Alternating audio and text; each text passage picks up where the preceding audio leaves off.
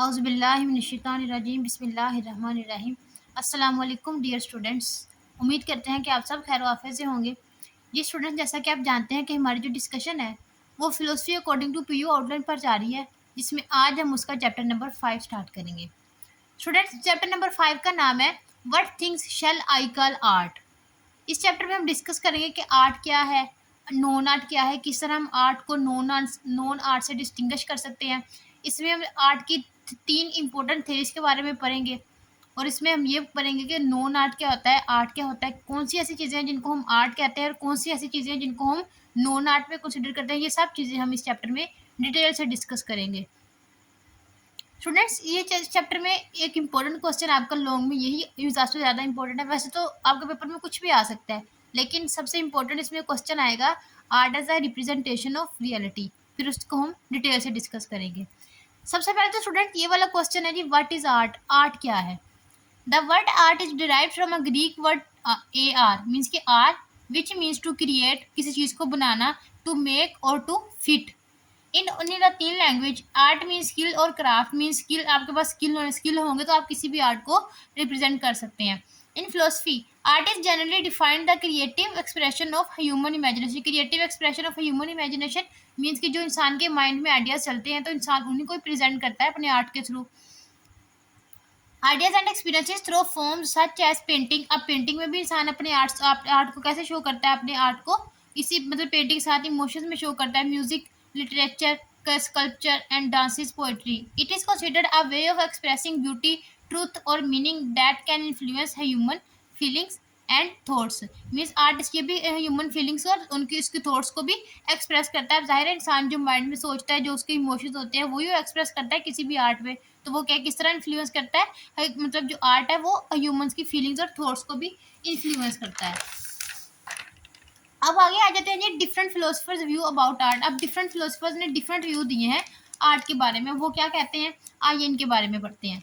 सबसे पहले आता है Plato. Plato believe that art is imitation of reality. Plato कहता है कि आर्ट क्या है, इमिटेशन ऑफ रियलिटी है। अब प्लेटो का आइडिया है कि जो सही आर्ट है ना वो हमारे माइंड में प्रेजेंट करता है। जो रियल आर्ट है मीन्स जो अलग गॉड की तरफ से दिया गया आर्ट है ना वो हम कहाँ आता है, हमारे माइंड में आता है। तो फिर हमारा हम इंडिविजुअल्स क्या करते हैं, अपनी माइंड की जो उसके फीलिंग्स होती हैं उनको आर्ट में एक्सप्रेस करते हैं। लेकिन जो रियलिटी ऑफ आर्ट है वो कहाँ होती है, हमारे माइंड में होती है। आगे हम इसकी थ्योरी को डिटेल से भी डिस्कस करेंगे as a long question. The real world of itself is only a copy of ideal forms. He says that art is an imitation of imitation. imitation of imitation का क्या मतलब है, एक दफ़ा इंसान के माइंड में जो चीज़ है ना वो रियल आर्ट है। तो देखिए, जब एक दफ़ा इंसान उस चीज़ को बना देता है फिजिकली तो वो क्या होती है, एक दफ़ा इमिटेट होती है। और जब दूसरी दफ़ा कोई इंसान उसको एक पेंटिंग में डिस्क्राइब करता है उसको उसी आर्ट को, तो वो क्या हो जाता है, 2 दफ़ा रिमूव हो जाती है रियलिटी से। एक तो तब हुई जब इंसान ने उसको पहली दफ़ा फिजिकल फॉर्म में बनाया अपने माइंड के थ्रू, अपने जो आइडियाज थे उसके थ्रू। तो दूसरा क्या, एक इंसान ने उसकी कॉपी की मीन्स के जो फिजिकल थिंग थी उसको कॉपी किया किसके ऊपर, पेंटिंग के ऊपर। तो क्या हुआ, इमिटेशन ऑफ इमिटेशन हुआ, 2 दफ़ा नकल हुई एक रियलिटी की। आगे लियो टोल्स्टॉय का कहता है, Leo Tolstoy defines art as a communication of emotions.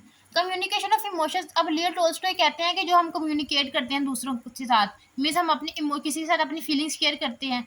और फीलिंग्स शेयर करने का डिफरेंट व्यूज़ हैं। हम डांसेस के थ्रू फीलिंग्स शेयर करते हैं या फिर हम अपने कोई सॉन्ग सुनते हैं उसी के उसके कोई सॉन्ग पर गाते हैं आर्टिस्ट, तो क्या करते हैं वो अपनी फीलिंग्स को शेयर करते हैं। तो लियो टोल्स्टॉय का कहता है कि art is a communication of emotions और feelings. He believed that an artist transfers emotions to other through painting, music, literature और poetry. नेक्स्ट आता है जी अरिस्टोटल। अरिस्टोटल क्या कहता है, Aristotle has a positive view about art then Plato. Aristotle believed that art is a form of imitation. Aristotle क्या कहता है कि आर्ट इज अ इमिटेशन तो है, इमिटेशन तो बनती है, लेकिन but unlike Plato he considered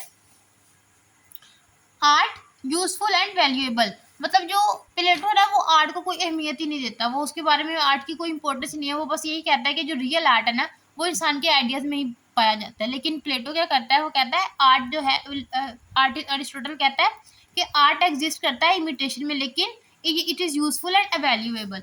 according to him art imitates human life actions emotions and nature in a meaningful way. Art क्या करता है, ह्यूमंस लाइफ को, ह्यूमंस के इमोशंस को किस तरह वो आर्ट रिप्रेजेंट करता है। मीन्स अब देखे ना, एक इंसान जो फील करता है उस हिसाब से वो पेंटिंग बनाता है, उसी हिसाब से वो कोई पोइट्री वगैरह लिखता है। मतलब जो उसके माइंड में चल रहा होता है उस वक्त वो उस हिसाब से। अब आप खुद का हिसाब लगा लें, अगर आप सैड होते हैं तो आप अच्छा स्टेटस लगाते हैं, अगर आप सैड अब अच्छा स्टेटस नहीं लगाते बल्कि जब आप सैड होते हैं, और जब आप खुश होते हैं तब आप अच्छा स्टेटस लगाते हैं। मीन्स आप आर्ट को रिप्रेजेंट करते हैं एज योर इमोशंस। अब अरिस्टोटल भी यही कहता है कि सिर्फ आर्ट वैल्यूएबल है।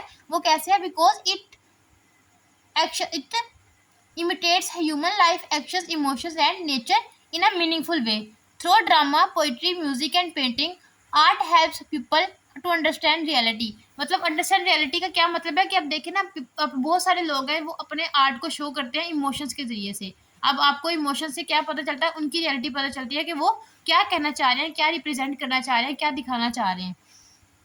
For example, when we watch a soul with sad drama, we cry and feel emotionally lighter afterward. He called this catharsis। इसका मतलब होता है टॉकिंग अबाउट फीलिंग्स। मीन्स क्या कर वो अरिस्टोटल का कहता है कि आर्ट के जरिए इंसान क्या करता है, अपने इमोशंस को रिप्रेजेंट करता है, तो इस तरह लोगों को रियलिटी जानने का मौका मिलता है दूसरे लोगों के बारे में।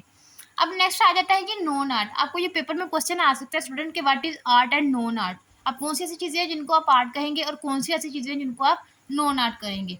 Non art encompasses things that lack the qualities or intention associated with art। Non art does not aim to evoke aesthetic experiences। Means इसका कोई ऐसा एक्सपीरियंस नहीं होता मीन्स कि किसी के इमोशंस को जान सके और interpretation. It serves as a partial purpose not an expressive or aesthetic one. मतलब ये partial purpose, practical purpose, partial नहीं प्रैक्टिकल पर्पस के लिए यूज होता है। मतलब आप प्रैक्टिकली किसी चीज को आप अप्लाई करते हैं, मतलब इसमें कोई एक्सप्रेशन कोई इमोशन शामिल नहीं होते हैं नॉन आर्ट में। Non art is not acknowledged as art by intuitions critics और audiences. Sometimes something can be shifted from non art to art based on the context. मतलब कोई भी चीज़ अब नॉन आर्ट में है वो एग्जिस्ट करती है लेकिन हम उसको आर्ट में रिप्रेजेंट कर सकते हैं। So non art is context based. Non art किस पे बेस करता है, कॉन्टेक्स्ट पे बेस करता है कि आप उसको कहाँ यूज़ कर रहे हैं।